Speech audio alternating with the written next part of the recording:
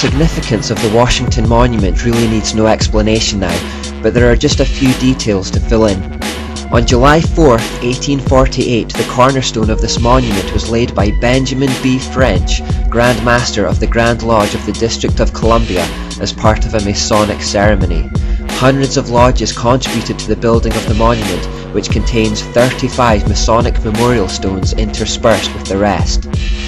The numbers involved are quite intriguing with the Washington Monument. At the ground level, each side of the monument measures 55.5 feet, which is 666 inches exactly. The height of the obelisk is 555.5 feet, which is 6,666 inches. There are other more complicated numbers and combinations of numbers that are often centered on the number 13, also concealed within this structure. I won't go into them all individually, but in Chaldean numerology the number 13 represented a number indicating change of plans, place and such like, and is not unfortunate as is generally supposed. In some of the ancient writings it is said, he who understands the number 13 will be given power and dominion. It is a symbol of power which, if wrongly used, will wreak destruction upon oneself.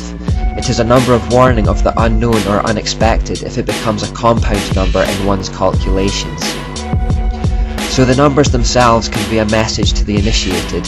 In this case it's saying that America represents a change of plan and location, which would mean a change away from France, and that it will be a country of great power. The Statue of Liberty is perhaps the most recognizable American landmark. Indeed, she is almost synonymous with the USA. It is quite widely known that the statue is a gift from France to America, but the details of the structure give the game away. The gift was in fact from the French Grand Orient Temple Masons to the Masons of America, in celebration of the centenary of the First Masonic Republic in 1884. It was commissioned by the French Mason Edward Le Bouillet, who wanted to create a giant statue replicating a goddess that the Masonic movement idolized. Le Bouillet was responsible for raising the finances necessary for the project and commissioned fellow Mason Frederick Bartholdi to produce the designs for the sculpture. It was then built by Gustave Eiffel, also a Freemason, who would sculpt this goddess of illumination from ancient times, the same goddess they had enthroned at Notre Dame. The Statue of Liberty remains the biggest idol of the goddess Asherah in the world today. Her name there is the Roman Libertas. Some who have recognized the Masonic link call her by her Egyptian name Isis. Really, it doesn't matter what name she's given, it's the same goddess from Babylon. Libertas in ancient Rome was the goddess of personal freedom and liberty, and was popular for her promotion of the idea that people should be free to do whatever feels good. She was called the matron goddess of prostitution because she promoted sexual freedom. Indeed, according to the Roman system, she had invented the concept. This isn't surprising when we remember that Semiramis was a brothel keeper. Different name, same characteristics as always. Slaves considered her their goddess as well, as they looked to her as their hope for freedom. Many female slaves who gained their freedom later turned to prostitution to survive, and thereby retained Libertas as their goddess. The Statue of Liberty holds in her right hand the Masonic Torch of Enlightenment, and her official title is Liberty Enlightening the World. Her pose is actually quite similar to that of Baphomet again. The cornerstone of the monument was laid with full Masonic ceremony, and the base contains a plaque dedicated to the Freemasons of New York. The crown of 7 spikes represents the enlightenment of the sun god. The idea was that the illumination could be focused down each of the 7 spikes, which would radiate to the 7 main land masses or continents of the world. The statue was originally to be made in colour, and her robes would be purple and scarlet, which would align her with the prostitute woman in Revelation. This idea was later abandoned when it became clear the statue would need to be built from copper due to financial constraints. It has also been suggested that the sculptor, Bartholdi, had originally designed an effigy of Isis for the opening of the Suez Canal in Egypt in 1867. When it was rejected for that initial purpose, he merely adapted it slightly as the gift for New York Harbour. The Statue of Liberty is not just the largest idol of Asherah, it is the largest idol ever made by human hands, and beats the previous record holder, the Colossus of Rhodes, into a distant second place. Now this is the American $1 bill. one of the most recognisable and iconic pieces of currency in the world. It is packed with Masonic symbolism. You will see two circles containing unusual images. The one on the left now needs little explanation if you've been following this series from the start, but we can unpack it a little bit more. The Latin surrounding the all-seeing eye reads, Annuit coeptis novus ordo seclorum.